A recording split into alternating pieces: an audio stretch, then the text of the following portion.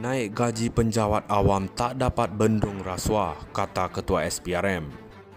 Petaling Jaya, Ketua Pesuruhjaya Suruhanjaya Pencegahan Rasuah Malaysia SPRM, Azam Baki berkata, menaikkan gaji penjawat awam semata-mata tidak dapat membendung rasuah.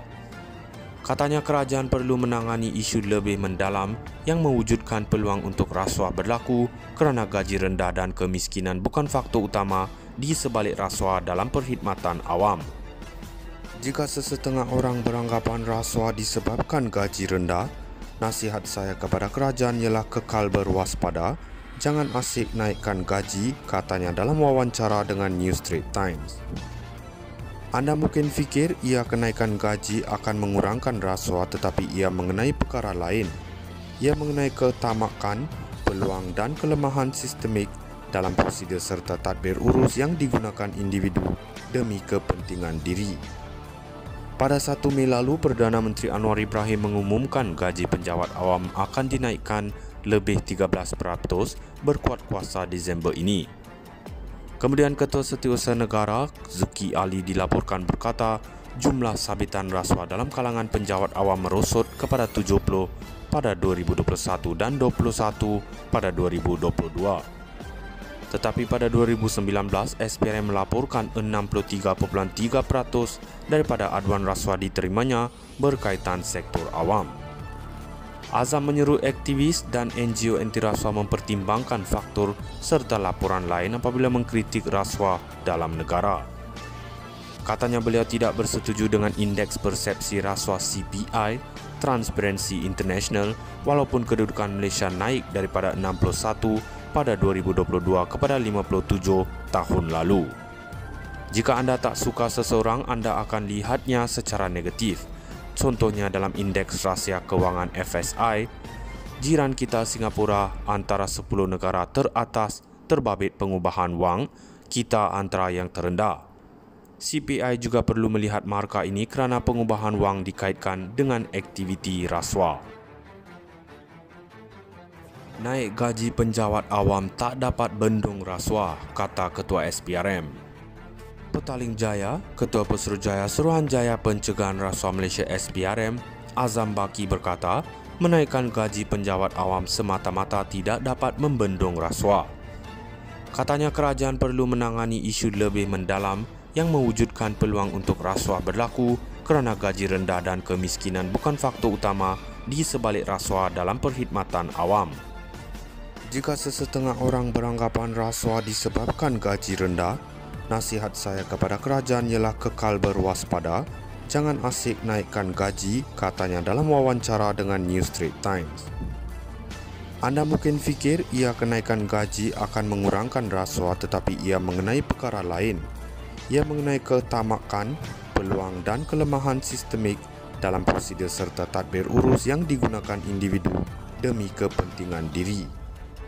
Pada 1 Mei lalu, Perdana Menteri Anwar Ibrahim mengumumkan gaji penjawat awam akan dinaikkan lebih 13% berkuat kuasa Disember ini. Kemudian Ketua Setiausaha Negara Zuki Ali dilaporkan berkata jumlah sabitan rasuah dalam kalangan penjawat awam merosot kepada 70 pada 2021 dan 21 pada 2022.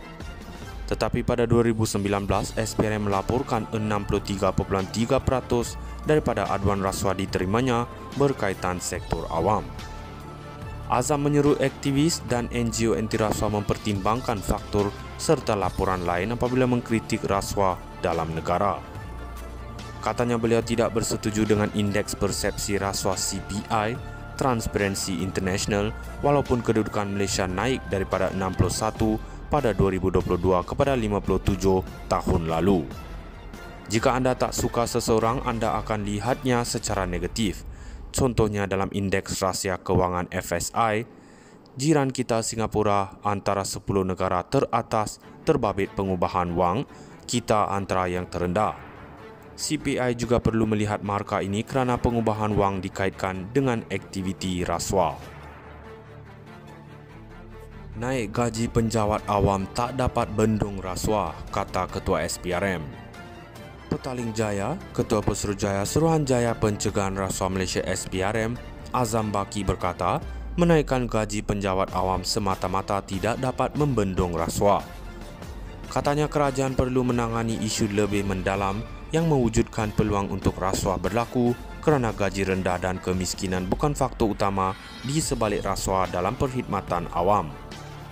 Jika sesetengah orang beranggapan rasuah disebabkan gaji rendah, nasihat saya kepada kerajaan ialah kekal berwaspada, jangan asyik naikkan gaji, katanya dalam wawancara dengan New Straits Times. Anda mungkin fikir ia kenaikan gaji akan mengurangkan rasuah, tetapi ia mengenai perkara lain.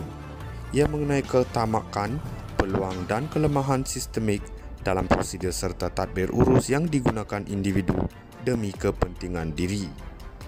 Pada 1 Mei lalu, Perdana Menteri Anwar Ibrahim mengumumkan gaji penjawat awam akan dinaikkan lebih 13% berkuat kuasa Disember ini. Kemudian Ketua Setiausaha Negara, Zuki Ali dilaporkan berkata, jumlah sabitan rasuah dalam kalangan penjawat awam merosot kepada 70 pada 2021 dan 21 pada 2022. Tetapi pada 2019, SPRM melaporkan 63.3% daripada aduan rasuah diterimanya berkaitan sektor awam. Azam menyeru aktivis dan NGO anti rasuah mempertimbangkan faktor serta laporan lain apabila mengkritik rasuah dalam negara. Katanya beliau tidak bersetuju dengan indeks persepsi rasuah CPI, Transparency International, walaupun kedudukan Malaysia naik daripada 61 pada 2022 kepada 57 tahun lalu. Jika anda tak suka seseorang, anda akan lihatnya secara negatif.